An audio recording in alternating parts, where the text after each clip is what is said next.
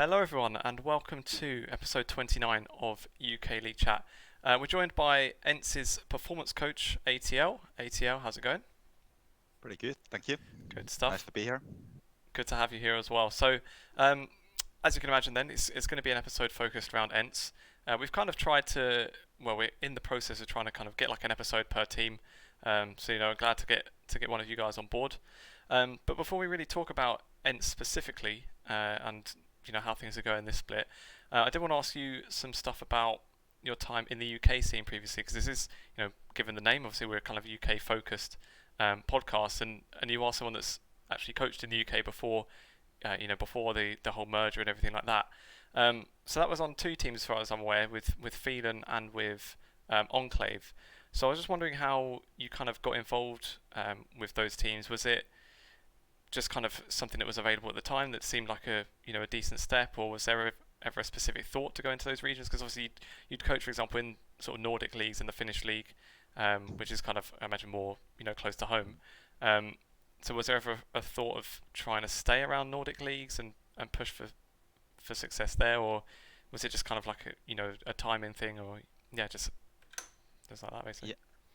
Yeah, yeah. Actually, it's a little bit interesting in the sense that I got my start for regional leagues from Italy. Mhm. So that was the first regional league where I coached the BG Nationals. And at the time, we had person who was coaching the academy there was Connor, who obviously has been done a lot in the UK scene as well. And way that I got into the Phelan was actually through kind of Connor getting the head coaching job, and then being in contact with him at the time. He mentioned that they would have potentially some need there, and since it's been so great working with him before, I decided to then go and work with Phelan the next split. So I think that's the situation how I ended up with Phelan. Mhm. Um, as far as Enclave goes, the situation at the time I remember was that I knew Matko or Finor, who was kind of coached in the Nordics as well. We actually were against in the previous Nordic finals before the Enclave split. And what happened is that Matko was supposed to be, as far as I know, the planned coach for Enclave for the split. And then we had some discussions that I might be assistant coach with him. So I was kind of a little bit involved with helping Enclave running the tryouts for the split and that kind of stuff. Not fully, but somewhat involved there. However, what happened then was that essentially what I got from some point was I got reached out by Enclave that Matko didn't show up to uh, the media day. Mhm. And actually, as far as I know, he has been gone from internet since. Like I don't know what happened there. Mm. I'm assuming maybe some kind of medical emergency or something. But essentially haven't heard from that since. But it was kind of this very, very, how to say, unusual situation that I Mhm. was then asked to like, can you take up this team and Mhm. let's try to do something. And obviously at that point it was since I was available, I figured that that was something that it's a really difficult situation for the organization Yeah. as far as the players and me. But it's like at that point, let's try to do our best. Mhm. Do you think that And had it's a? one of those situations. Oh, go on, yeah. Sorry. I was just gonna say, do you think that had an effect then on the results in that split? I'd imagine, because there was obviously a real struggle through most of the split, um, and I was gonna kind of ask what you thought were the issues. Was it something, maybe not trying to be harsh, maybe the players weren't good enough and they kind of didn't have the ceiling to reach? Because it did look like Enclave throughout the split did get better and better actually, but it could never quite take down some of the other teams. Um, so do you think it was something with the players, or could you think that whole shake up and everything and just sort of threw everything out of order? What do you think were the kind of issues there? Yeah, I think it was combination of things. Obviously, I don't want to make excuses, as this can be easily seen as that. But in all honesty, like from what I know, like also the roster building was very rushed, in the sense because of this. And what we ended up was that this situation where we had a couple of I think all of the players in the team, like they definitely had possibility to perform at that level, and we've seen obviously a lot of them, in either regional leagues or UKLC now. But essentially at the time, we had a couple of guys who were doing their rookie splits, so obviously we're in difficult situation in that sense. And at the same time, I believe we had like maybe one or two scrims where full team plus me was in before the season started. So, going with like a one scrim to the season, I think that's why it showed, like the progression showed as it did, that we get better through the season, but we started, I would say, a lot behind from a lot of teams. So that even if we're getting better, we're still losing all the games at the beginning. And that made it difficult then, obviously, for the players in terms of the motivation and everything. But I gotta give props to a lot of players in that team who, like handled it like a boss. Essentially, like I think Angel did really good work in terms of like kind of being the captain in the team, to a certain degree, and then also like I think Derek King would be another big player that I would want to mention who really like despite a lot of things happening, even rosters changing a little bit during the season, never complained, did everything that he could, and was always stellar. So I think there was a lot of good effort there, and it's just unfortunate that the results were what they were. Yeah, so like you say, like I said, I think there especially was. I remember going up until obviously when you guys did eventually get the first win in like the last game, but there was games up until that where it really looked like they were in a position to win and get one on the board. You kind of felt like once there was one win, it would kind of just calm it a bit and maybe pick up a few more. So yeah, it was a shame that it was that late on. But what was like the atmosphere like after that final win? Because it was against Barrage as well, who were like, well, who were a playoff team. Obviously, they'd had like a dip in form by that point. But was there an expectation from you guys that you'd have a chance to win that match, seeing as it was the last one, or was there maybe even a bit of extra motivation because it was the last chance? How do you think that win came about? Yeah, I think that from what I recall, obviously it's not completely fresh in my head anymore. Maybe I try to block some of those memories out, but like from what I recall, like we went into at least 3, 4, 5, last matches expecting to be able to win. Because at that point we started to actually see some, like you said, like a lot of the games were really tight, and we felt like we had a chance to win in multiple games towards the end. And I think the Barrage game after that was mostly relief from what I can remember, like that we actually did got one off, and it felt deserved at that point, I think, for the players. And I think especially like from me when I was watching it, it looked like there was like a clear turn in form as well when Wysek joined, and things looked to improve quite a lot from there. We'd kind of been told by some people though that like they weren't sure how well he would fit. Potentially, he was like quite an easily tiltable player, and maybe that wouldn't be too good in a team that was losing, and maybe it wouldn't actually be helpful. It could be the opposite. How did you find it with Wysek joining? Did you notice anything that where maybe he did tilt, or was it more just the fact of his play was just helpful anyway? I think that one of the big issues due to the like kind of roster building was that since we didn't end up having anyone who was completely used to doing macro calling or shot calling. So that was one of the huge issues as well, that while we had a lot of great players, I think a lot of those players might have been better if they were like if we could just have one of the players who were experienced in kind of the macro and shot calling and could give the game plans. So I think that was a struggle throughout the split, and when we had Wysek joining in, I think that was the point where we were able to essentially have a player who was experienced doing that, and to whom it come naturally. So I think that was definitely a big thing. Obviously, I think that Wysek, I think he handled, and I heard the situation as well about, maybe he's not going to be the best in the losing team, but, I think he handled it relatively well. He definitely helped us out a lot during the split.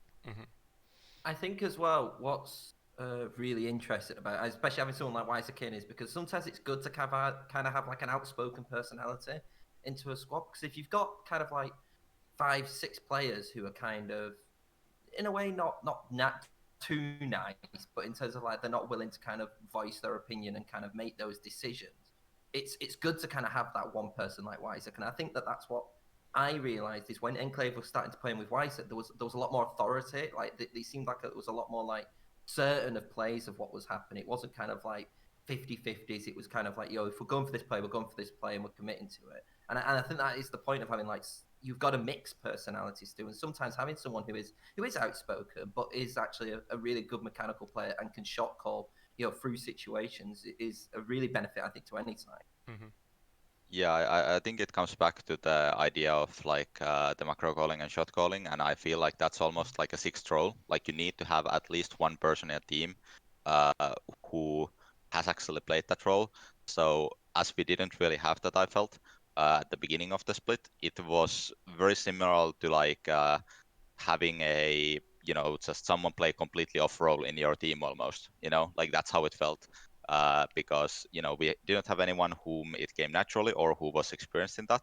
So trying to learn that without off season, without season, pre-season preparation, and trying to kind of find whom it fit to was really difficult, situation for everybody.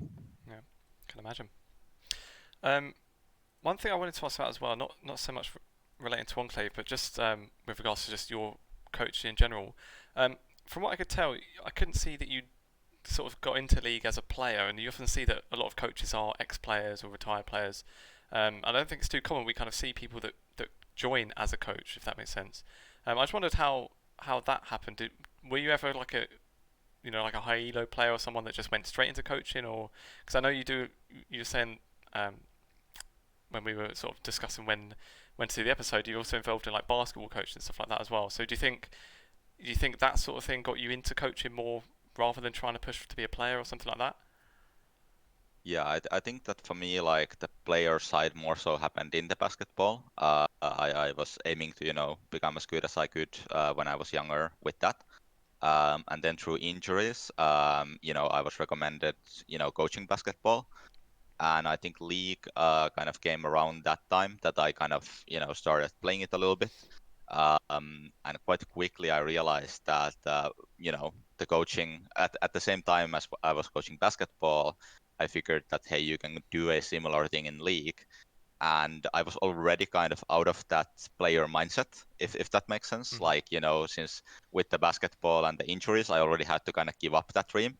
So it was, I feel like it was really hard to then consider that again in something else. Obviously, spending a lot of time with the game and, that kind of stuff, I did end up kind of, I wouldn't ever call myself high elo player, but like kind of, browsing the platinum ranks or even low diamond, I believe one time. But it's for me it was always more about like coaching first, and then I'll play if I have time or just to kind of know some champions or learn about the game in that way. So that's kind of the background that I have. Is it's been the coaching first in that sense. Then how did you manage to even get kind of the first roles? Because imagine if that's the case, you didn't start as a player, then I'd say that you kind of be like from step one, you were maybe even struggling with connections and things to kind of get into it. So how did you manage to even kind of get into the industry then without having that player experience before, or did you know some people or anything like that? I think I did quite a weird path of progression in a way. At the time, when I started League around season 3, it was really a new game in the sense that there was a lot of completely new players coming in all the time. And what I ended up doing at the time was, I figured after I got maybe gold at the time or something, that hey, maybe I can help some beginners, And I started, through the league boards or something of the sorts of that at the time. I started offering like kind of not even coaching, but just like somebody who's just started the game, helping them a little bit.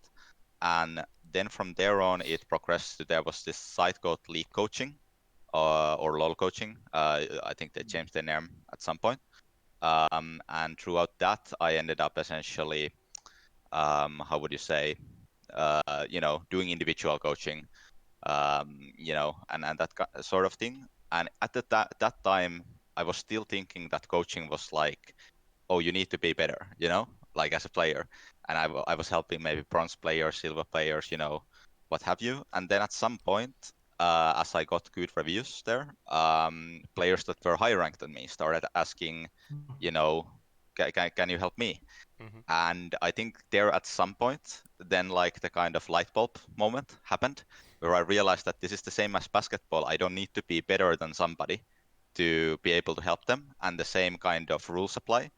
And then from there on, it kind of progressed. And I think like first somewhat notable team experience that I had was when I joined, and that came through the what would you say, the performance coaching as well, since I went to Australia to study exercise science.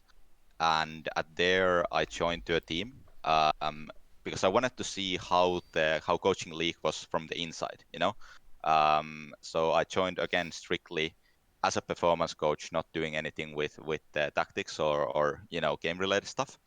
And then seeing how that team operated, I think from there I got a lot more confidence to also be able to do the game stuff, since I figured that okay, it wasn't something impossible or Mm-hmm. something that I don't know what I thought it would be, but I realized like okay, this is logical stuff, you can learn this and so on. And that's how I got started. Cool.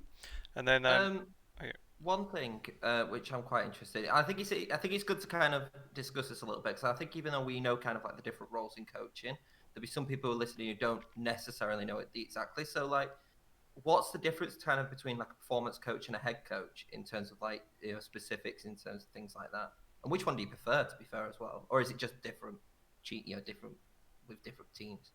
Yeah, I think that what each role means changes, a lot based on the team. So like the definitions, there's not really a clear one.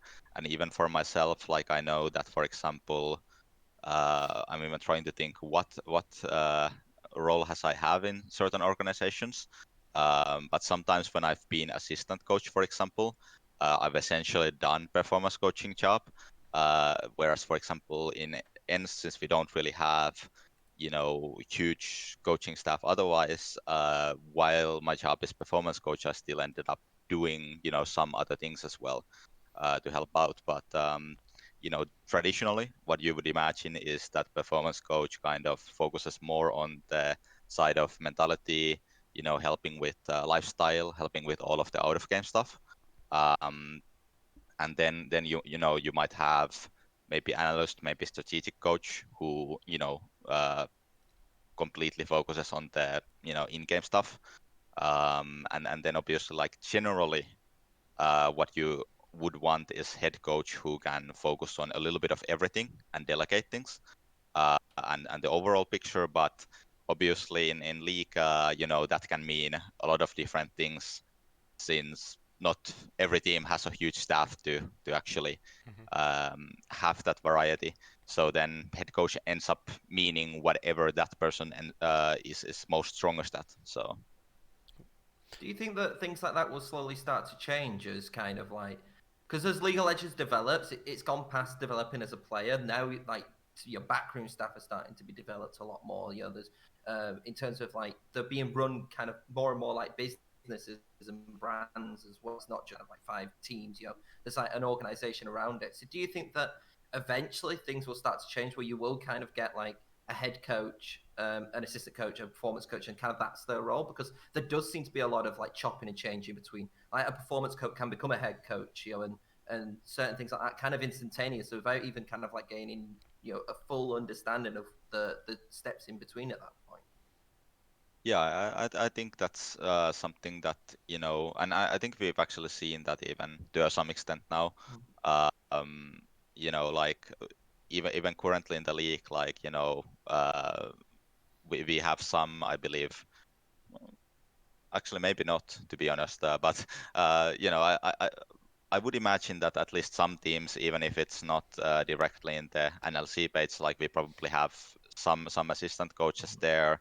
I think the idea that there's multiple coaches in a team has become more expected nowadays to a certain degree, and obviously it's always starts from the top. I think that's been really great to see in a league how LEC, LCS teams and such have had big like increase in the staff and the professionalism that they handle things. So I think from there on it will go down, but obviously always the limiting factor at the lower levels will be the budget and what can you get. But that's always something that I think teams will consider, that when is it worth, when is it not worth. Yeah, because I always even think like being a football fan, in football teams you'll have coaches even like for you have coaches for the goalkeeper, you'll have coaches to help the strikers and in their specific things. And I remember thinking like, I wonder why people don't do that in League of Legends, and then eventually they start doing it. So I think it's just as the scene grows and as teams do have more, well, even if they do have or they're willing to put more money into the coaching staff, I think we'll kind of just see things even flesh out more and more. Who knows? In a few years' time, they might have like a position coach for literally each player on the team, and yeah, full on backroom staff kind of deal. But about your position now then as performance coach with ENCE, one thing I thought was a bit unusual is because you'd usually see a performance coach, well, if teams do have them, alongside a head coach, and the performance coach would be more maybe the things you mentioned about lifestyle stuff and things like that. So what was the decision behind yourself being the performance coach there without a full-on head coach? Is it a kind of a situation where the players sort of coach themselves on the actual game, and then you are more on the mental side, or is there kind of an overlap there as well? Yeah, I think that there's it's somewhat like you said, in a sense. Obviously, as the team was built, there was some things during that may be affected to the decision there, but also we do have a player called Taikki, who is obviously really experienced, in LCL, DCL, so on, and I think he's taken a lot of leadership in terms of like the gameplay and the direction that the team wants to go in that sense, and being able to provide us with maybe what you would often find from strategic coach or something. And then like as I joined to the team, we had some discussions with management and with players about like at one point, like obviously as we figured out what I would be doing, mostly we figured that hey, maybe it's more descriptive to call myself a performance coach rather than the head coach, because obviously the head coach always brings certain other expectations with it, and especially since I'm not with ENCE full time, I'm currently like my main focus is with Lahti basketball, professional team in Lahti, and being the second assistant coach there. So if that takes most of my time and I'm kind of part time with ENCE, I feel that taking the head coach position was like that would have been something that's not really I can't promise that kind of commitment right now, even if I wanted to. So I think that was the big difference there, because all the other times that I've been in that position, I've always made that like my number one priority all the time. Mm-hmm. I think that's fair enough as well, especially if there is someone like you say like Taikki, where they feel like they have got the experience to maybe take on some of that responsibility as well, because you kind of hear stories about some even at sort of LEC level where there might be a player that's been around for a long time, maybe with a bit of an ego, and they maybe don't really care what the coach tells them because they think, well, this guy doesn't know more than me.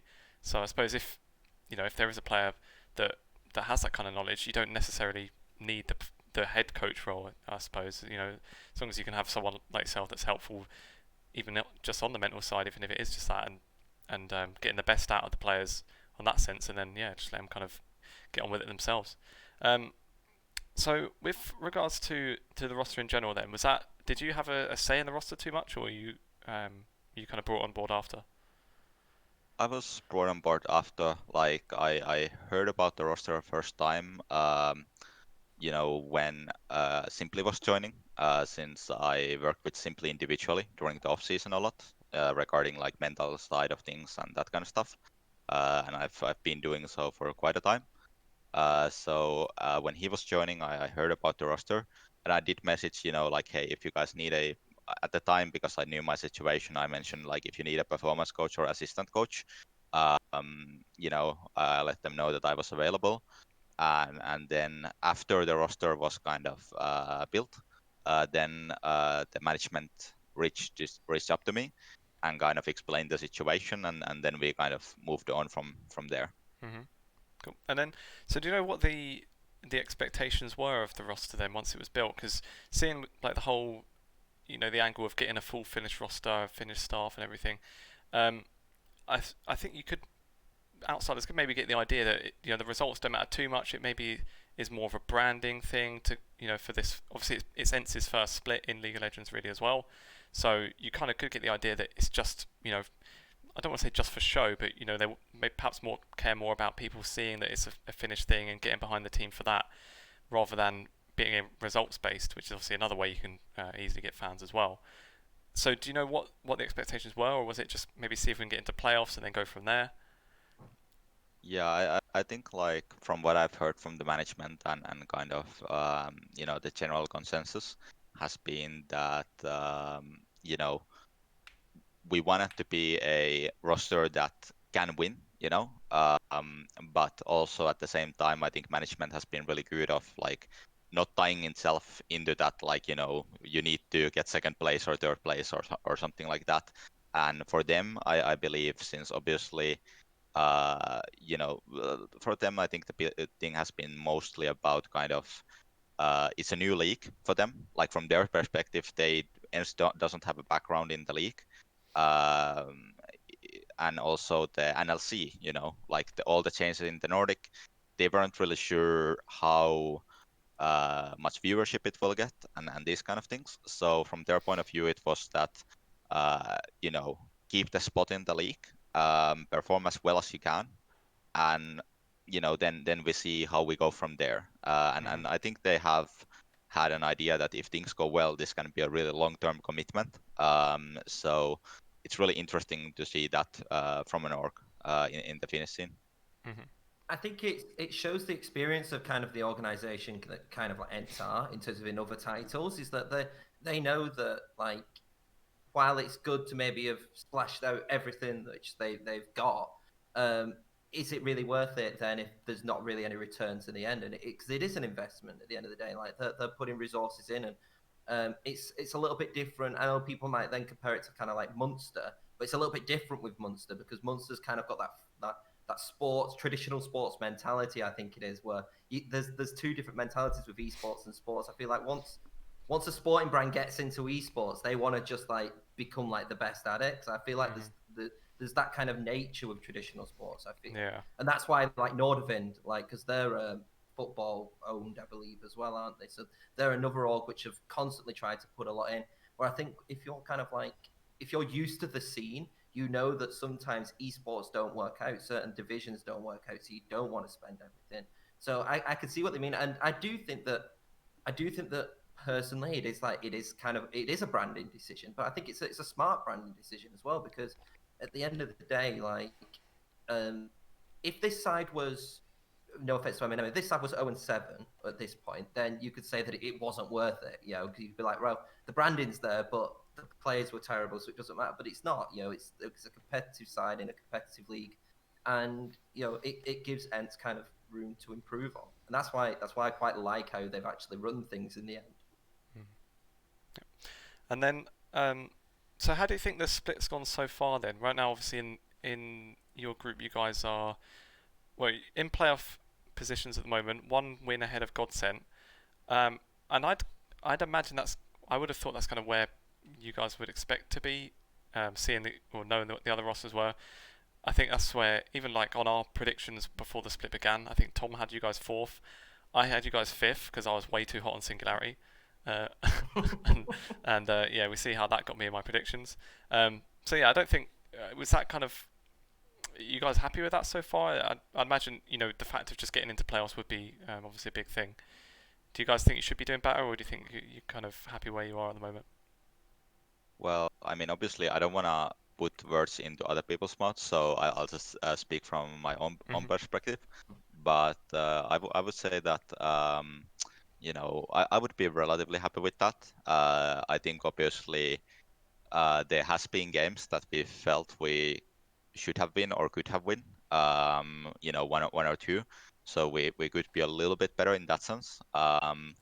But especially considering how we started and things looked quite grim at the beginning in terms of results, I think it's been really positive. And I think the feeling right now that I have about the team is that we can, and it's been the whole Group A, to be honest, that anybody can win anyone. And I know that we can definitely beat anyone, at least in our group, like if we have a good day. The question for us has been the consistency. Obviously, even though we had a lot better preparation this season compared to like the Enclave situation, for example, we do still have two rookies, for example. We have Simply and Kehvo, who both to be their respects have been amazing. I think both have had really successful rookie splits in this level. And then we have a lot of experienced players also who have, shown up and had a lot of great moments. But, I would say that we're relatively happy, in our current position. But, there are some wins that we kind of, will remember when we face those teams in the second round, and we'll try to take back. Yeah. Well, looking at the results briefly, you kind of see it, and you kind of be like, you've lost 2 to Nordavind, you've gone 1-1 against Riddle, and then you lost to BTXL. So the sides which I think a lot of people would say that you should be beating, you are beating, and then it's just kind of then, I guess is it kind of like learning to try and step up to those what this 3 seems to be, but however, like you said with Group A, everybody just seems to be beating everybody at this point now. So it's not like Group B where you're basically seeing. Well, I think Fnatic Rising have already qualified for playoffs. I think that's the point it's got to in Group A. But with Group B, it does seem a lot more like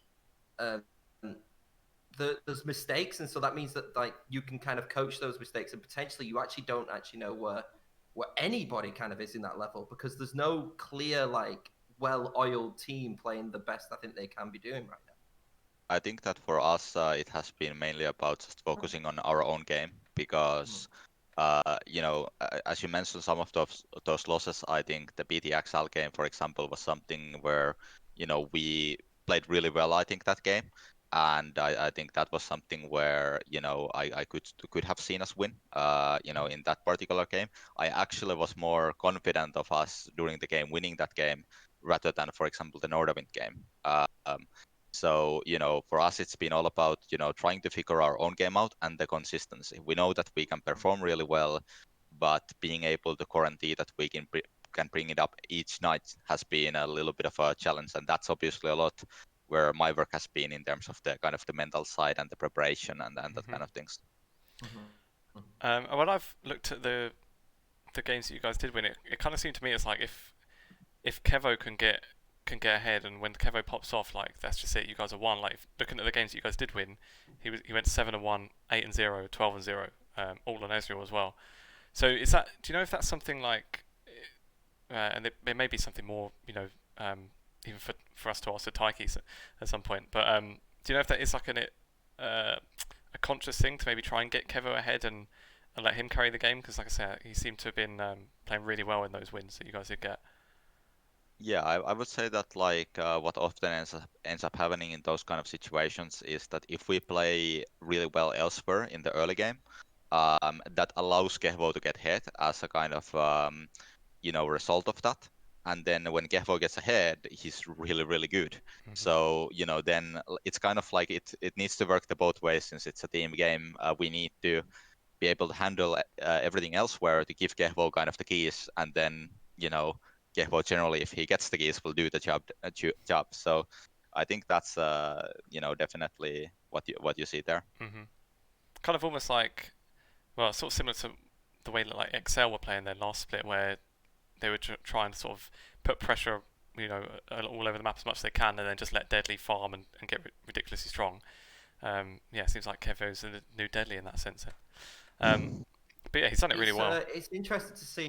It's interesting to see how Kehvo's developed. I think as a player, especially in these like last two splits, so the end of the UKLC with Barrage, and then at Enclave, not Enclave, at ENCE. I felt like at Enclave, people are always telling us about Kehvo when we were doing podcasts that Kehvo is really good. He kind of just hasn't had the right team around him. He hasn't had the right atmosphere and stuff like that. And I think it's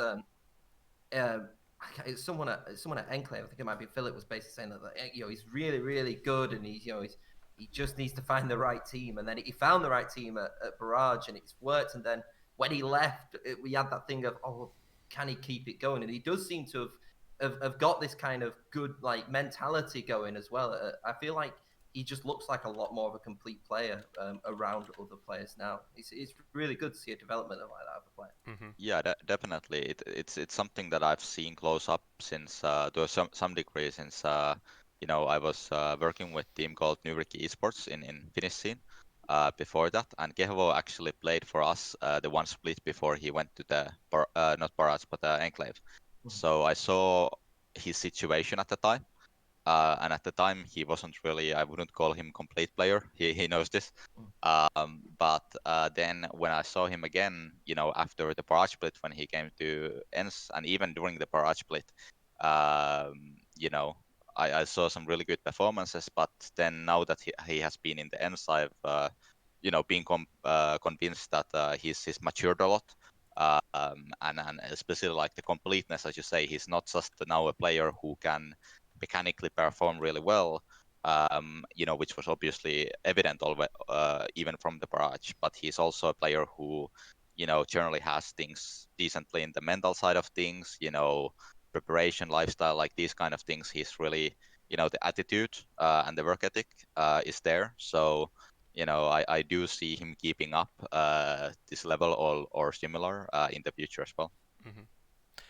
And one thing with Kehvo, I don't think I've seen it so much this split, but especially on Barrage, and it always made me feel so stupid that I didn't know what it was.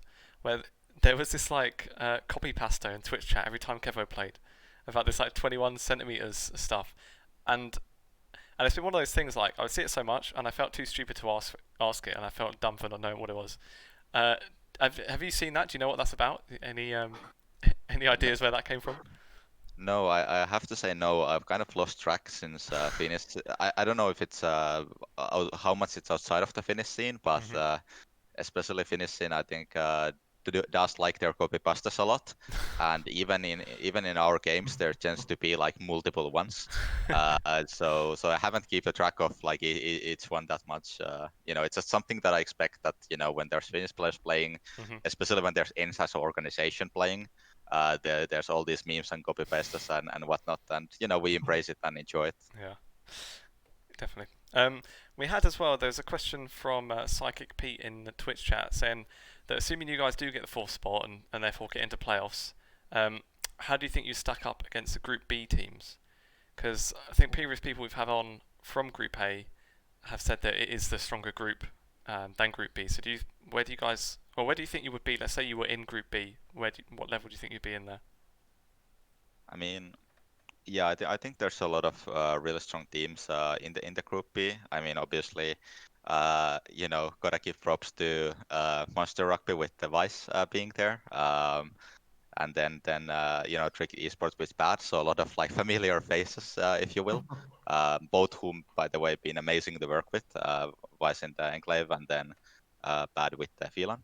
But then, other than that, I feel that we would be in a somewhat similar spot. And then there's the question of how much more difficult it is to beat teams. It's hard to say.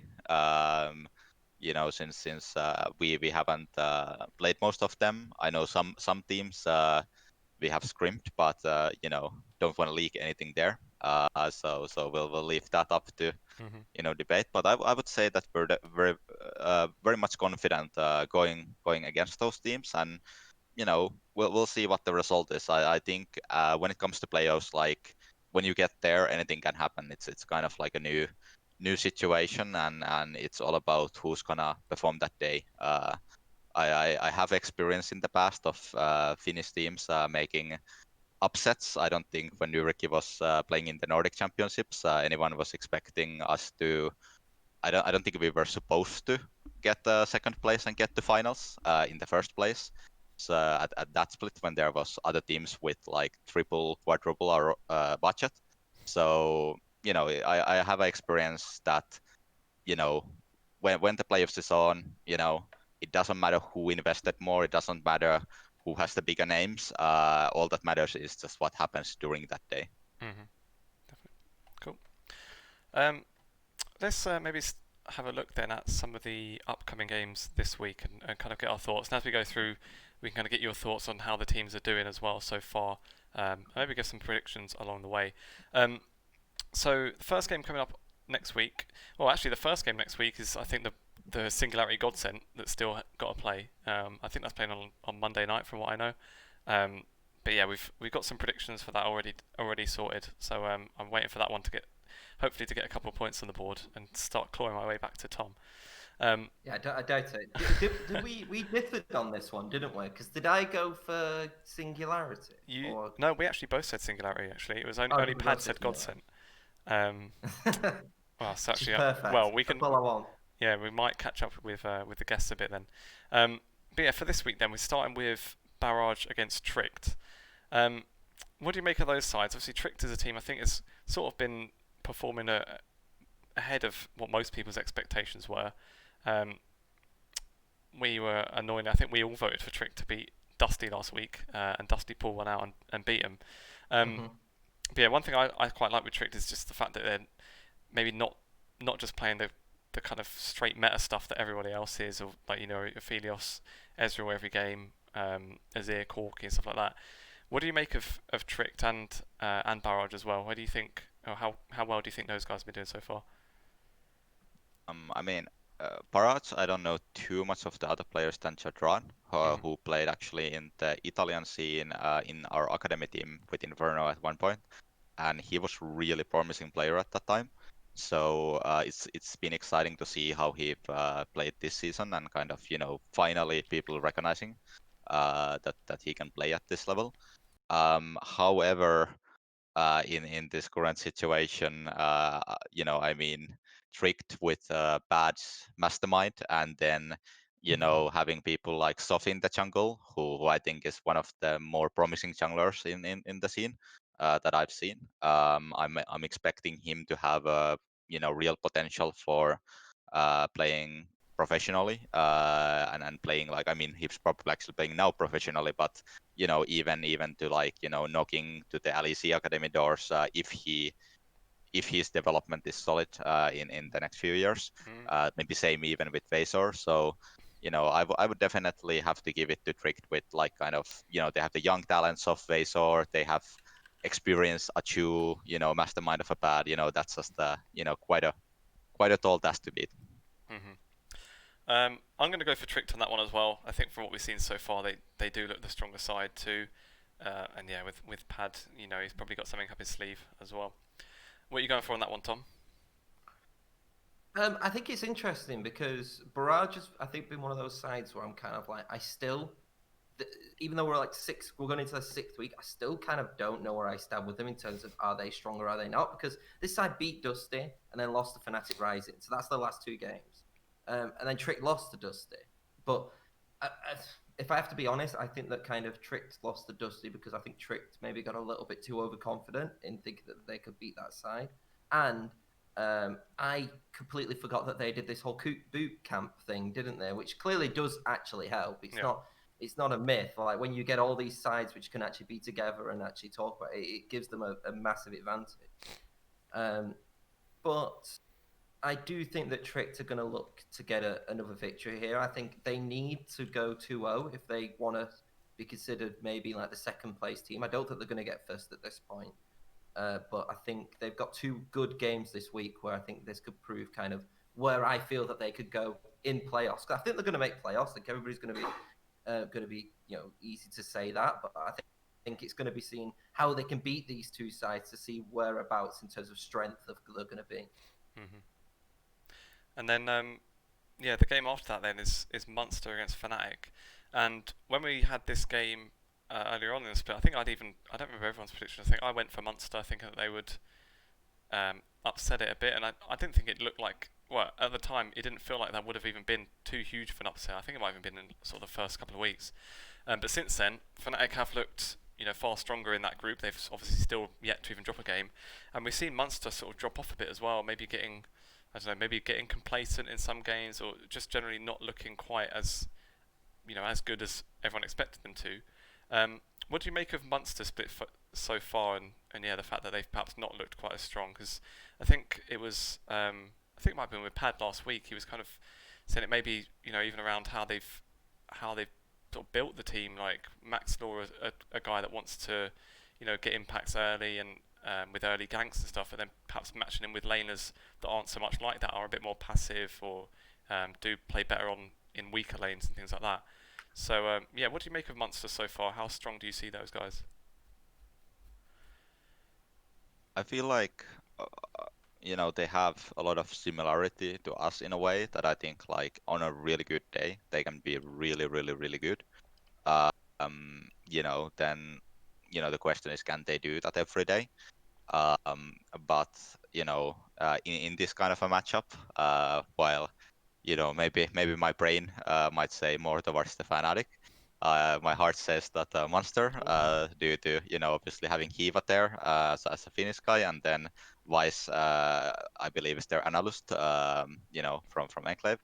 So I would have to kind of support Munster taking the upset here. Nice. And take the risk, see what happens. Nice one, giving us a chance to get some points back. I prefer that. Yeah. Everything. Yeah, that's all you need. What are you going for, Tom? I think it's very interesting because I do think if there's one side to beat Fnatic in that group, it's Munster. As much as I like Tricked, I think that there is this kind of it's kind of a ceiling which I think you could reach potentially with Munster, which may never be reached. But I think because obviously there's expectations of what some of these players have previously done, that you could realistically be like, okay, well, if they have just one of those days, they could beat Fnatic. But if the game was so much closer the last time they met, but Fnatic absolutely destroyed them, I believe, in the game where they faced each other, and that's kind of what gave Munster this reality check, and they never really looked the same, I feel, since. Like they've had okay performances, but they've just kind of coasted through it and performed well, and performed to the well of their ability, but just never felt like this giant killer as soon as that Fnatic game happened. And I think it's going to be a very similar situation. I think that Fnatic are going to win this. I just hope that it's not like another storm, because it does then make me worry about, are we just going to see Fnatic kind of run roughshod through the entire side? Mm-hmm. Yeah. Because I don't want it. I like it when a team goes undefeated, and I think if you asked XL last split, they probably didn't like it that a team goes undefeated, because I feel like when you actually lose, you gain something. Even if you get that one loss, it can teach you of well, that was a mistake which we made and we can change it. Where I don't think that Fnatic kind of had that. They've had kind of close games, but I've never felt like they've ever been in trouble. Which means that when they are in trouble, I think it is actually gonna punish them a little bit. Yeah. But I think it is Fnatic this game. But I could see Munster winning it, yeah. Same. So I think it would be helpful even, looking onwards to like EU Masters levels and stuff like that. It's a similar thing like what happened with XL, where yeah, none of their weaknesses really showed until the playoff final, The finals, where yeah. they got swept, and then going into EU Masters, their confidence was gone, and they had that kind of miracle to get out of the group, but they didn't look the same after that as well. So They went 0-5 in the last in the Yeah. 5 games before they went 3-0. Like, yeah, it's ridiculous. So yeah, hopefully even for Fnatic's sake, they'll get 1 or 2 losses at least before the end. But yeah, I'm going Fnatic as well. I've got to try and be clever this week, and I can't really go for upsets. I just need the points. So then the game after that, we've got yourselves, ENCE against Singularity. I kind of touched on it a bit earlier about maybe me being a bit too hot on Singularity, and even since they've struggled, there's been a couple of games where I thought they would be the one to bring it back.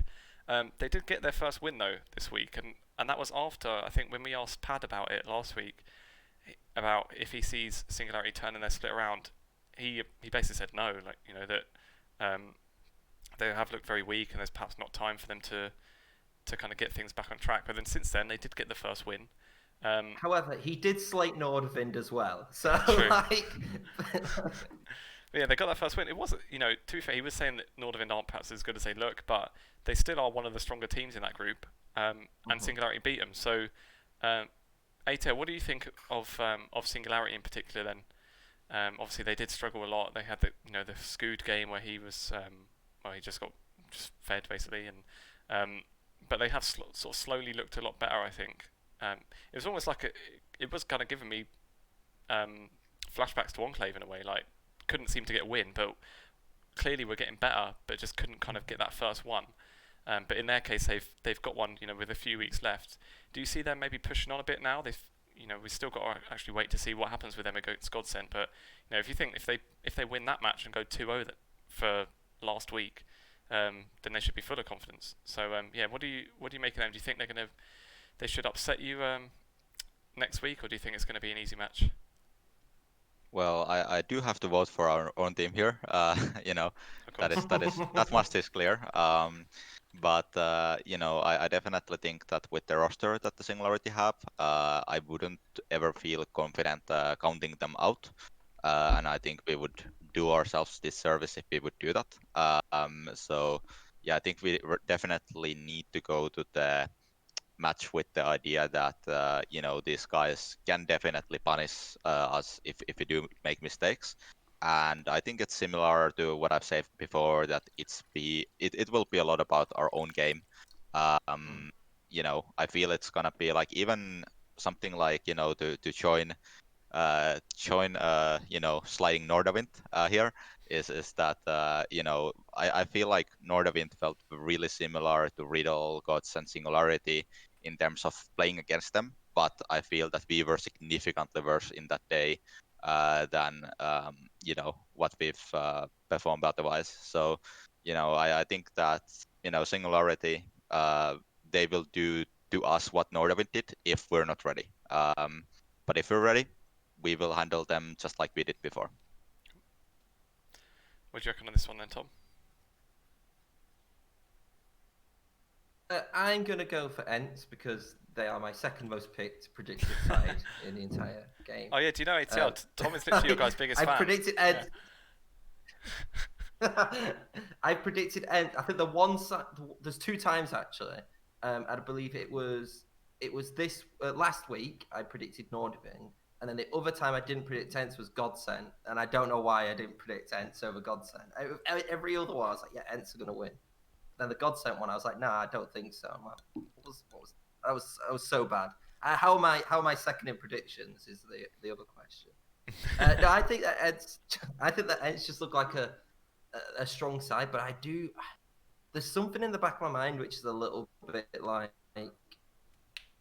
it's hard because I wish we knew the result of the Godsent Singularity match right now, because if Godsent beat Singularity, then I'm like, oh yeah, ENCE, like it's a clear ENCE. But if I do see Singularity beat Godsent, there's part of me which is like, oh, they could do something then. It like where is this gonna go? But I do think that like overall quality wise, I think that ENCE have better players in every position. I think from Singularity. I think it's gonna be a very interesting game though, and it's gonna be one of those games where like we could potentially be seeing like Team Singularity potentially make a playoff run, which would have been ridiculous to say. Again, it's all dependent on this Godsent game, but this could be a ridiculous run from them in the end. But I doubt it. But it'd be anything bar not getting relegated after the start they had is a short of a miracle, and is well done to everybody involved. Yeah. So,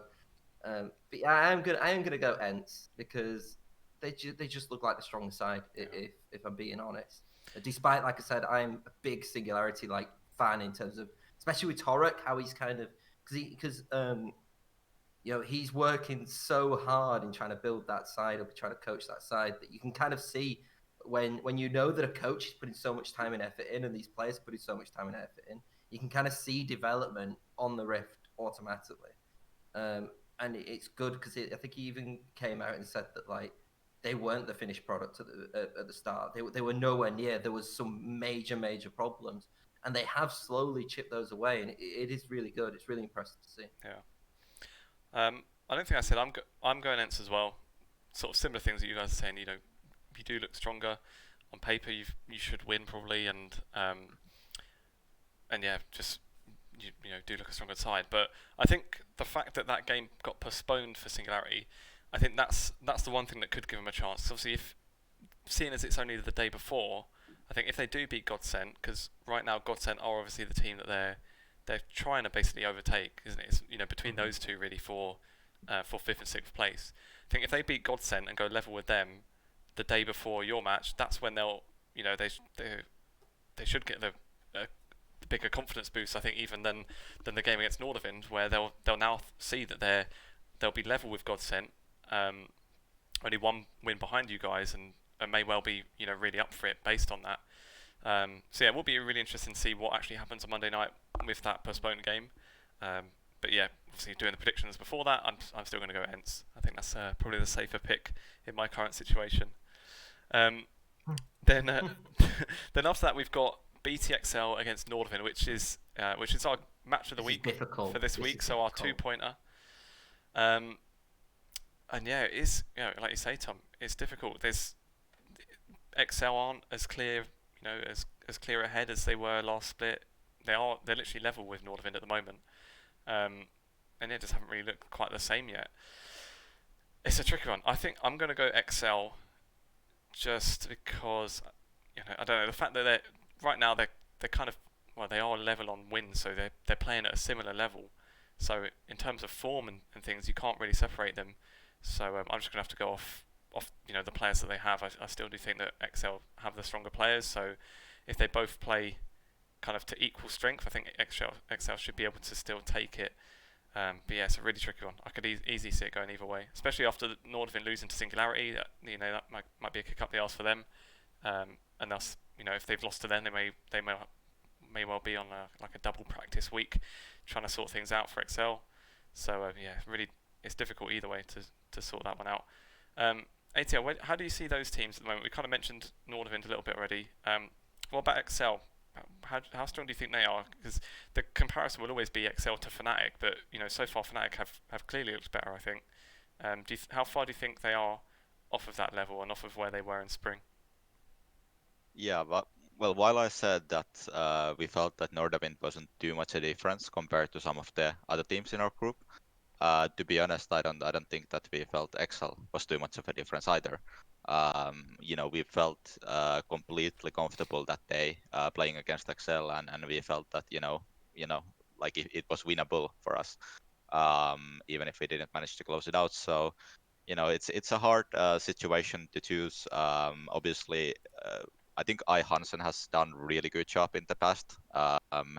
You know, generally the rosters he has have outperformed the expectations, as you could argue is the case even this time so far. So there's that side of the things. On the other hand, XL obviously they have a really good you know staff and you know the whole idea of the LEC Academy, like you know that's obviously you know strong situation. It's hard to say which way to go here. I think since last time I voted against the LEC Academy, maybe I this time picked them, you know, to try to make sure that I don't completely bomb that prediction. But No, yeah, feel free to bomb them. It's fine. It'll help me yeah, out. yeah. But I think I'll pick Excel. I think that overall they do have a little bit more experience in the roster. They have kind of you know they have people who can take it and win the game. I definitely think that Nordavind has a good chance. I think it's like 55-45 type of situation at the most. So I think it can be anyone's game, but I believe in an even situation, Excel has a little bit of an edge. Mhm. I agree with the fact that I think if it was an even situation that XL have an edge, but I just don't think it is right now an even situation. I just think that XL don't look that good, and it's hard to see because we don't know. I haven't seen the VOD. I don't think there is going to be a VOD of the Riddle loss. I know that Hatrix was streaming it, but I managed to miss it just before while it was on it. But I think that just Nordavind look like more of a complete side right now than XL, which is crazy to consider that XL literally has only made like one change. It was special, and then they brought in hat tricks. But then I feel like while I've not been completely impressed with Nordavind, I do think that they feel like a little bit more of a team than right now than XL, and this could be one of those where I think if while going 2-0 to Riddle, 0-2 to Riddle, sorry. If you can go to 0-2 to Riddle, you could easily lose to Nordavind, I feel. Especially at this point with how I'm gauging kind of how I feel Riddle are. Um, yeah, I'm gonna go Nordavind. Plus Mummus is the top lane, so he's gonna go on a carry, and that's it. Let's just put Mummus on a carry, it'd be good. Cool. There we go then. One where I'll make up a point to you then, Tom. Nice. So then, going on to the day 2 then, we've got Riddle against Godsent. Riddle, I feel like it's kind of been a similar sort of thing to Munster. It's one that on paper looked really strong, especially their players had so much experience as well. They didn't really have any rookies. They had Senkux, obviously has LEC experience, but they've obviously not looked as we'd expect either. They're 4-3 at the moment after beating XL. Actually, to be fair, that's a bit of an upset. I think they were 3-3 before that, which was I don't think would be good enough for what they would have expected. What do you make of Riddle so far, ATL? Do you think they are kind of where they should be, or do you see them kicking on at all? I think that Riddle has definitely been especially looking at the roster, it has been strong contender, and I think us beating the Riddle in the second round was definitely a big moment for us, where we feel like that was really enjoyable win as far as wins go. So yeah, I feel that Riddle definitely, like, at least in paper, you would say that they have the edge to Godsent. However, I think a Godsent, as far as I see, they have interesting roster of they're not really a superstar heavy, I would say. But in this instance, I would have to say that I see one Deto there, who I've worked with Falcon in the EU Masters, and I know that he's very capable. I know that he's been successful in the previous times working with rosters without huge superstars, and both of them have shown flashes this season. So I would actually take a Godsent here. Maybe again a little bit more heart than brain, but we'll see. I believe in the heart of the cards, so I'll pick I Godsent for this one. I don't think it's necessarily a bad vote. I don't think you're right, but I don't think it's a bad vote in the sense that um I look at what Riddle have done, and I think that Riddle have seemed to have always stepped up against the sides which I feel like people have counted them out as. So XO is the main example, is that people have always kind of been like, well, Riddle's not performing well, but then when they actually get this motivation going, they actually seem to get these victories out, which is what they seem to be doing basically this entire split, where they lost the Godsent previously. And I believe that they've lost games where, in terms of how this squad would value themselves, they should not have lost. However, on that note, I think that as it's coming close to playoffs, and I think because of the fact that it's so tight at the top, especially with the top three, that all it needs is one side really, I think, to gain some momentum and to push on and potentially get that first seed. And that first seed is so crucial, I think, in this group, because I believe it's the least chance of reaching Fnatic Rising. I believe at that point, which I think a lot of people will be wanting to do. So I'm gonna go for Riddle, not because I've been particularly impressed with them. I do think though that they're just gonna hopefully show us something, and maybe it's just maybe a little bit for me. It's a little bit of hope because I expected so much more of this side, and I'm not getting it right now. And hopefully, as it's going up to playoffs, and with kind of EXO and Nordavind, not really performing again, I think as great as what they would have thought they would have done, especially XL, that this could give a chance like Riddle to really push on. Yeah. They've beat XL twice, so for me, normally, if you beat the Academy team twice, you're normally like up there. So I can't see why they're not. And it's because I think they've not took some of these games too seriously, and I think it's a shame, really. Yeah. And if you think about it as well, remember you say they beat XL twice. The first time they beat XL, the next game they lost to Godsent. So they beat XL this week. Is history going to repeat itself? I'm going to say it's not going to repeat itself. Hopefully that first time it was a wake up call, and they'll try and make sure they don't slip up again against Godsent. So I'm going to go with Riddle, but it is a team that's shown that they are inconsistent. They are perhaps they don't. I don't know if it is the fact they're not trying as much, or maybe it's just a mental thing that they don't maybe do it consciously, but it might just be they're not kind of giving that extra effort against against every team, and do slip up where you kind of would expect them to win summer games. So I think as well. Yeah, go on. Interesting because when you've got again this game in hand kind of plays a big part. If Godsent beat Team Singularity, and then they're only one game off Riddle at that point. They beat Riddle, they're even on points with them, I believe, if you actually look at the table. Yeah. That's playoffs then. So Godsent, if they beat Singularity, then they're probably going to be more, ready and prepared for that than ever, because they're going to think, well, this is our chance actually to not just be a fifth place team. Everybody was predicting us bottom. Like everybody was basically saying that this side was going to finish bottom from a lot of people. And then if they can even do that, beat Riddle, which they have done prior, it's not an unfathomable situation to be in right now. Yeah, and to be honest, like their schedule in the last couple of games has been really harsh with us, Nordavind, and Excel, I believe. So like they might look worse in the standings than they actually are, because the Singularity game hasn't been registered yet. And then if you look at the rest of their schedule, I think it's not significantly easier, but easier, than what they have had so far. And it's funny because like before the split started, they obviously got some stick for not properly building their own team, and they just went and took any pre-built roster. Maybe they didn't want to put so many resources and things into it. But it's kind of almost turned out like the fact that the regular season, because the group is so small and there's so few games, it's almost worked out quite well for them in that sense, because they didn't have to build on the team and kind of work on synergy and things like that. They've just had a team and it's there, and with a short regular season, it's almost not been the worst idea. I'm not sure they would have thought about it in that way before, if it was just the fact that it was just a quick thing to try and pick up a team or not.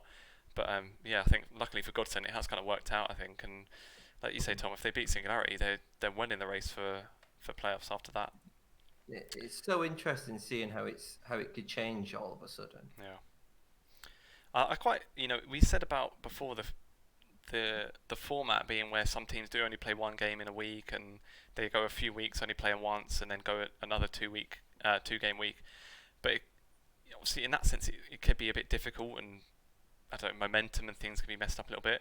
But the fact like getting these games in hand and things, it makes it interesting. It makes you like think about it more, and you kind of you're trying to work out if this team beats this and they've still got another game and this happens, and you know, again, like being a football fan, that's the kind of thing you do there. Like you're looking where could we be, where could we end up in a few games if this happens and then this. Yeah, in that way, it kind of makes it a bit more interesting as well from a fan perspective, I think. So yeah, moving on then. The next game on day 2 is M&M against Tricked. M&M, they were awfully close to getting a win. Well, they probably should have beaten Dusty. Like they gave Monk 3 kills, like level 2, and somehow they still didn't win it. ATL, what are you making of M&M's split? Obviously, that it's been disastrous for the most part, and we've kind of spoken about it at length on the podcast before. But this week was, with some of the changes, was the first week where they have actually looked like a team that can win. Like they've looked at a team that can sort of be on a level with some of the other teams in the NLC. Do you see them picking up a win in the next, in the last 2 weeks at all, or do you think they'll struggle still? Let me see actually what are the other teams than the next They match. have Tricked, Barrage, and Fnatic. Yeah, that's a tough one. I believe if Barrage is the one to look at there in terms of their perspective. But yeah, I think that they've had a very, very difficult split, and I would expect that to be. I mean, there's. It seems I don't know what has happened inside of the team, but it's definitely there was some question marks like the Monk starting at the mid lane, as known as one of the better ADCs in the previous splits in the UKLC and elsewhere. So I think that was a huge question mark. But I believe that they do have potential if they kind of find the right combination. I mean, last 3 games, Monk has played in the ADC position as he's used to, so maybe that's the answer. Aesthetic obviously is terrific player, like can do amazing things. Have been in high level at really high level leagues in the LFL and so on. So there is some potential, and obviously there's a little bit of Finnish color in the team as well for me to root at. But in this matchup right now, I would have to say that I believe Tricked will take care of this. No problem. Yeah, I don't think that's a surprise. M&M are still like trying to be. They are on the up a bit, but yeah, you'd imagine Tricked should still be too strong, and I'm gonna go for Tricked as well. I'm not going to do a silly pick there. I think I said M&M to beat Dusty as well, and was it? Yeah, I put them to beat Dusty, and it was so close. I was so excited, but it was like Legions as well. I think his like Kassadin had like 11 kills at level 15 or something like that, and it was just you couldn't really stop it. So yeah, I'm still going to go for Tricked. It's nice to see that M&M have picked things up a bit. I think for them at this point, it's trying to make sure the team is going to be good enough to get out of relegations basically, and still be stronger hopefully than the teams looking for promotion. Which if they can keep going the way they did against Dusty and that kind of level, you'd imagine they probably should stay in the league. But yeah, they'll be hoping at the very least that they're good enough to stay up. What do you reckon on this one, Tom? Are you going to go for an M&M first win? No. I think that Tricked are it's difficult. Tricked are a really good side, and I really do like Tricked because. But I might have a bit of Pad bias because I just know how good of a coach Pad is, and Pad has took a side. Like if I actually look at the players, for example, I actually don't think that they're probably where they should be, in my opinion. But in terms of how they are coached and how they are picked and the different personalities outside of the game, which is a major part. It's not just 5 mechanical players. You've got to have players which work together, which play a very similar style, and which are willing to play like certain comps as well, which is all like the outside kind of part. A lot of people just think, oh, good mechanical player, it's going to work well, but there's loads of other aspects to that. And I think that's where Pad really excels, is that he knows the budget which he's got, and he kind of gets a team which can really work well with a specific way, and can work well in terms of the league which he's in, which is why I think he's a really good coach. Yeah. I do like Eli Wood. I think Eli Wood, if I have to give M&M some credit, when they brought Eli Wood in, I think he looked obviously better than Shadow, but Shadow wasn't really a top laner. But I just felt like Eli Wood looked like a little bit of a better player in that M&M squad. I do think they are looking better. If this was the roster right from the start, they might have won a game prior. I genuinely probably believe that. But I think at this point, it's really difficult to vote for M&M, like, because you don't really know what particularly you're gonna get. Like, we can praise them for improving, but I think I said it like 2 weeks ago, like prior, that they're gonna make these changes just to kind of like make sure that they're prepped ready for the Italian Masters relegation, essentially, because the one thing they don't want is to be relegated. They took a risk, it didn't work, and now if they don't get relegated, then they just go again. That's fine. You know, they're absolutely fine. But if they get relegated, that's a big financial hit for them. Yeah. So it's very interesting to see how they can do that. But yeah, I think that it is going to be tricked, but it is good to see at least M&M be proactive. But it's because of how important it is. Yeah, and to quickly insert there, like I think that while Trick definitely like with the bad and overall the roster is much better. I think the M&Ms, like if they would win, I think it would probably have to do something with both the Monk at the bot lane, but aesthetic especially. I think like in the paper was one of like the top 3, top 4 junglers in the whole NLC, like in the beginning of the split based on previous accomplishments. So I think if he can find his kind of stride, that will be huge for them. Yeah, and we've got Toba in the chat saying that him and Kehvo are coming for M&M spot in the NLC as well. So yeah, we'll see how that plans out. All right then, moving on. We've got second to last game of next week. We've got Fnatic against Dusty. I don't think this is going to be a surprise that I'll go for Fnatic on this one. You know, they still are unbeaten, and you imagine if there's a team that's going to take a win off them, Dusty hasn't looked like one of the stronger out of the rest. So yeah, I don't think that's like a huge surprise, but yeah, and especially the fact that, well, I don't know if it's going to help them or make it worse, that the fact that Dusty did kind of almost give M&M a chance of actually getting the first win. It could be a blow to their confidence, the fact that happened, or it could be the opposite. It could be a wake up call as well, and they may be well up for a game against Fnatic now. So I wouldn't be surprised to see them put up a good fight, but I would be surprised to see them win, to be honest. So yeah, I'm going to go Fnatic on that one. Yeah, I think that's same for me. I'm not really surprised there. And I believe like I'm not that high on Dusty based on some insider information so far. So I would not put Dusty high. I think there's quite a big gap between Tricked and Dusty, like the kind of top 3 in the group B and then below that. So yeah. I love a good spicy prediction, but I feel like that's even too spicy for me. I don't know. Like, maybe if it was like, if it was anybody else, even Eminem, I'd probably predict Eminem over Fnatic Rising, just because why not, But I can't even do it with Dusty. No, it's gonna be Fnatic Rising. For me, they're the best side in the NLC in the regular season. Obviously, it can all change in playoffs because we don't know particularly how serious maybe XL are taking it. If you go by what they're saying, they're just testing things out. But I don't know whether that sometimes is an excuse or not. Like, you can be testing things out, but you can still test things out and win. So it's not like one or the other. But in the regular season, I think Fnatic have looked the most consistent, the strongest, and we gave Bravado and Pride, I think, a lot of stick in spring, and I think rightfully so, considering they were replacing what was like either Targamas, Prosper, and then they were replacing Shikari. So I think that you can be fair, I think, with that, but I think really they've stepped up and they've really developed as a squad, and they do look like a really good cohesive unit.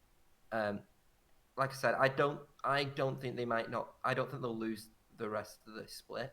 It may be in playoffs, obviously that'll change, but I don't think regular season is going to change anymore. So I do think Fnatic. True. Okay, cool. So then the last game we've got Munster against Barrage. I think it's quite a tricky one. We've kind of spoken about how Munster maybe haven't looked as good as we expect, and we get on quite well with a lot of the guys at Barrage. I don't know, my head or my heart. I think I'm going for Munster anyway. Like again, I'm bottom of the predictions. I can't be doing upsets this week. I've got to make up some points. But yeah, Munster are a couple of games ahead in the table. They have looked a bit better than they looked a fair bit better than Barrage. I think Barrage haven't looked too bad in some of their losses. They've obviously got a couple of wins as well, but they should be really up for it. The fact that what is it? What does the standings look like? They're still 2 games ahead of M&M. But obviously M&M, they are going to be, fighting for their life really. M&M have 3 games left, one of them against Barrage. So, this is one where Barrage, if they win this, they basically guarantee that they're not in relegation. So it could be, an added incentive for them to really push on and take what would be a bit of an upset, I think. So yeah, I wouldn't be surprised. I'm kind of expecting a good push from Barrage on it, but I still think it's a game for Munster to win this one. Yeah, I'm gonna say that Munster as well. Like I said, I think there's a big gap between like the top 3 teams in the Group B and the other 3. So yeah, for me, I think that Munster shouldn't have any issues there. Although I hope that Chad Run will have a great game. I think that other than that, like there's just too much firepower on the Munster side, and Vice will scout whatever Barrage have to the extent that they don't really. I don't really see them taking that one. I think the one for them to look for is the next week when they go against M&M. Mm-hmm. Yeah. What do you reckon, Tom? I'm gonna go for Barrage. Why not? You know why? Simple. Denvoxne hasn't looked like the player which I think we'd seen him at Demise, and I think that has actually quite hurt Barrage. Really, I feel like if we can get Demise Denvoxne, if we can get EJBY Brotherhood Denvoxne and Vipers Denvoxne, then I think this side looks kind of a lot better, because I think Nightmares has looked really, really good for Barrage, and I do think that there is. The reason why I'm talking about the bot lane is I think that's how Barrage could win, is they beat Munster in the bot lane. I don't think they beat him in the top lane. I don't think they beat him in the jungle, and I don't think they beat him in mid. I think if there's going to be one lane which is going to decide it, I think it's bot lane for me. And I think that Barrage are one of those sides where they can, I think, upset a side. And so while it depends how the heads of Munster are as well, because I look at it in that Barrage could play very, very well and still lose to Munster, because Munster could, I believe, could potentially beat anybody. But sometimes I feel like Munster just haven't been there, and this feels like one of those games where Munster might not be completely there, completely aware, and then Barrage just beat them.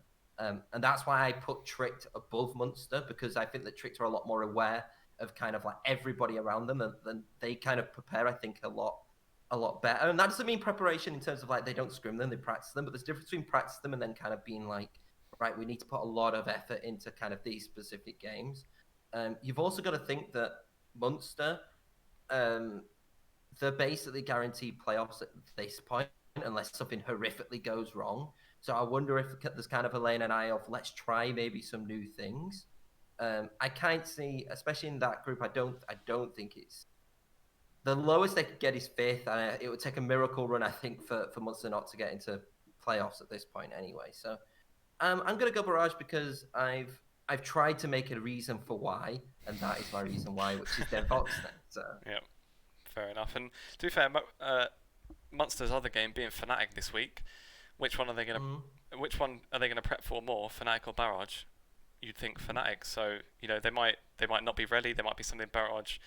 Who knows? Maybe one or two of their guys are trying something out in solo queue, and Munster don't see it because they're not prepping for that game quite as much. And if they lose, it could even depend on how the Fnatic game goes. If they beat Fnatic, they could be overconfident. If they lose to Fnatic, their confidence could be gone, and they may lose because of that. So it just depends how they react to that Fnatic game as well. So we'll see. I don't think it would be like the biggest upset in the world. It wouldn't be the biggest upset that we've seen this split. I don't even think. You know, if Godsent can beat Riddle, I think that was kind of a bigger one, I'd say. Then yeah, it wouldn't be a huge shock, I don't think. So that's it with the games, and that's pretty much it, I think, for this episode. One thing I'll ask you, ATL, before we do finish up. Sometimes, you know, if we have coaches on, I'll ask them something, you know, that could relate to some of my own solo queue experiences and maybe help myself out a bit. Being someone that's currently a performance coach and a bit more on the mental side, what do you reckon, you know, some people could do to help just with the fact of, you know, getting tilted in solo queue? I've got one friend in particular that you know, he'll love that I'm mentioning him now, that he's a real tilter to the fact where, like, if we're all playing in a group, we've got to spend more effort just trying to make him shut up than we're actually focusing on our own game. So what advice do you have for someone like that does tilt quite easily? Well, it depends obviously what your goal is when you do play in solo queue. I think you know, solo queue in many ways like kind of induces tilt as an environment. It's really difficult to deal with, and you know, if I think in terms of like players who play in NLC or these type of leagues, like to them it's not a competition, and that's often the difficulty that we want to do with them, is to avoid them treating it like a competition and treat it as a practice environment.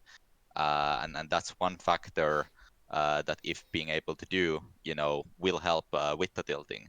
The idea that, you know, if you focus on getting better, then eventually you'll climb as a result of that. But if you try to climb, like there's a hard limit on it, how far you can go. So I think that's probably the biggest factor. And then relating to solo queue, maybe another bit of information is that one of the biggest things that I work with individuals, if I do something on the in-game side, is the idea of deliberate practice. That we try to make sure that when players are playing, I mean, even if you look at the players who scrim and play NLC and these kind of things, these guys are still averaging like something from 400 to 1,000 games a season of solo queue.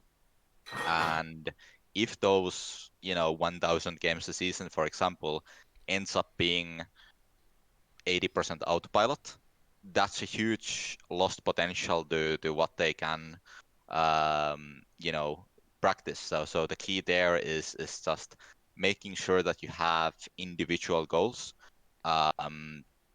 when you go to play solo queue. That what do you specifically focus on that game, and then when you look at that game, you don't look at the result or the LB, you know, lost or win, but you look at did you achieve those goals. So I think, you know, those kind of things are the things generally that you know can help with the tilt. Nice, some good advice. I'll pass it on. Okay, cool then. I think we're good to wrap up on this one then. Thanks for coming on, ATL. You know, good bit of insight on ENCE there, and you know, glad to have you on. Yeah, great to be here.